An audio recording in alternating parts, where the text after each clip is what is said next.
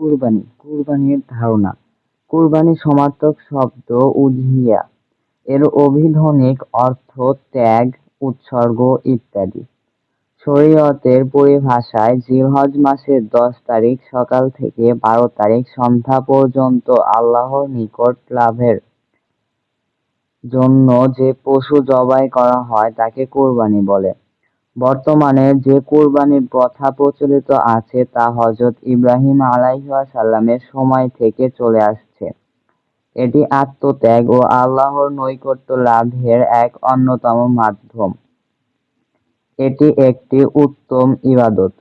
রাসূলুল্লাহ সাল্লাল্লাহু আলাইহি ওয়াসাল্লাম বলেন, কুরবানির দিনে রক্ত প্রবাহিত করার চেয়ে প্রিয় কাজ আল্লাহর নিকট আর কিছুই নেই। ওই ব্যক্তি কিয়ামতের দিন কুরবানির পশুর শিং, খুর ও লোমসহ নিয়ে হাজির হবে।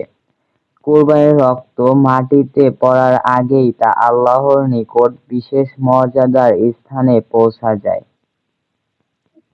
অতএব তোমরা কুরবানির দ্বারা নিজেদেরকে পবিত্র করো। তিরমিজি।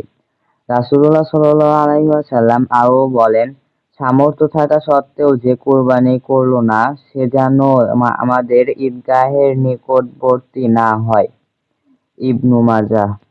কুরবানির পটভূমি। হযরত ইব্রাহিম আলাইহিসসালামকে আল্লাহ তাআলা বহুবার বিভিন্নভাবে পরীক্ষা করেছেন। সকল পরীক্ষায় তিনি উত্তীর্ণ হয়েছেন। একবার তিনি এক অগ্নি পরীক্ষার সম্মুখীন হলেন। এক রাতে স্বপ্নে দেখলেন তিনি পুত্র ইসমাঈলকে কুরবানি করছেন। যেহেতু নবীদের স্বপ্ন ওহী বা আদেশ, তাই তিনি এই স্বপ্নকে আল্লাহর আদেশ হিসাবে গ্রহণ করলেন। বৃদ্ধ বয়সে একমাত্র সন্তান ইসমাঈল অপেক্ষা দুনিয়াতে অধিকতর প্রিয় আর কি হতে পারে।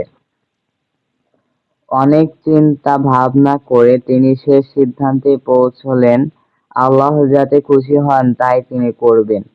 পবিত্র কুরআনে উল্লেখিত রয়েছে, তখন তিনি পুত্র ইসমাঈলকে বললেন, হে বৎস, আমি স্বপ্নে দেখেছি যে তোমাকে আমি জবাই করছি, এখন তোমার অভিমত কি?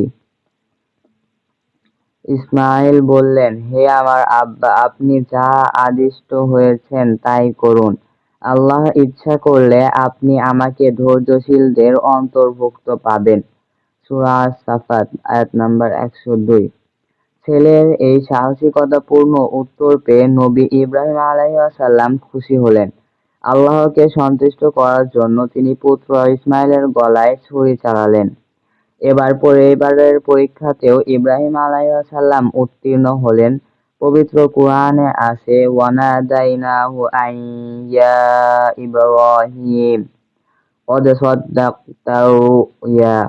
আর তখন আমি তাকে আহ্বান করে বললাম, হে ইব্রাহিম, তুমি তো স্বপ্নকে সত্যিতে পরিণত করলে।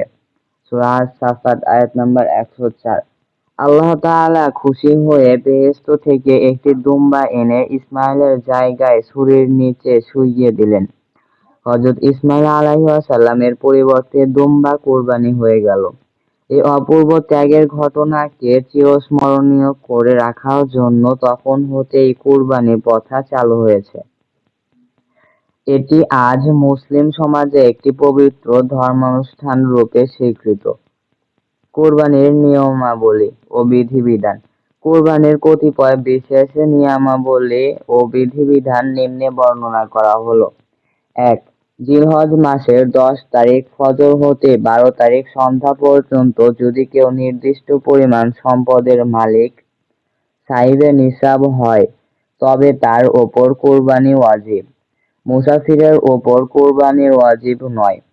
২. জিলহজ মাসের ১০, ১১ এবং ১২ তারিখ ৩ দিন কুরবানির সময়। এ ৩ দিনের যে কোনো দিন কুরবানি করা যায়, তবে প্রথম দিন কুরবানি করা উত্তম। ৩. ঈদুল আজহার নামাজের আগে কুরবানি করা সঠিক নয়। নামাজ আদায়ের পর কুরবানি করতে হয়।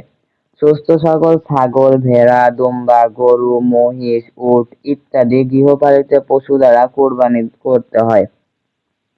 গরু, মহিষ এবং উটে ১ হতে ৭ জন পর্যন্ত শরীক হয়ে কুরবানি করা যায়।